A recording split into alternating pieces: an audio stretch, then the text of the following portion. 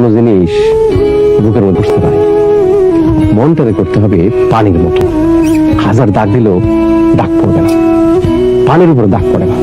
আফার জন্য মনটা খুব খারাপ লাগতেছে মামা। এইটা ঠিক আছে,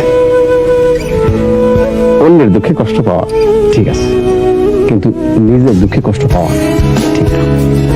নিজের কষ্টটাকে ছোট করে দেখেন ম্যাডাম, অন্যের কষ্টটাকে বড় করে দেখেন। মহামানবরা তাই করে। আপনার কি ধারণা আমি মহামানব?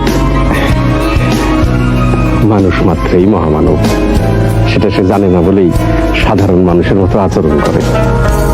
ম্যাডাম, সবাইকে নিয়ে একসঙ্গে খাওয়া দাওয়া করেন, সবার সঙ্গে হাসি মুখে গল্প করেন, একটু অভিনয় করেন। আপনার মুখের সামান্য হাসি দেখলে বাড়ির মানুষগুলো যে কত খুশি হবে সেটা কি আপনি জানেন ম্যাডাম?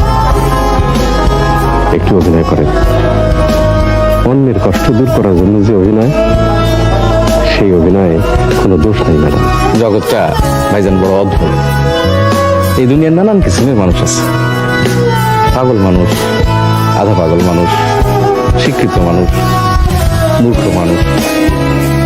এক এক মানুষের আবার এক এক রকম চিন্তা ভাবনা।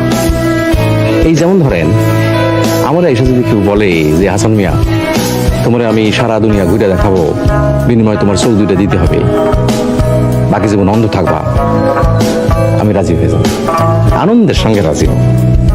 কিন্তু আপনি হবেন না।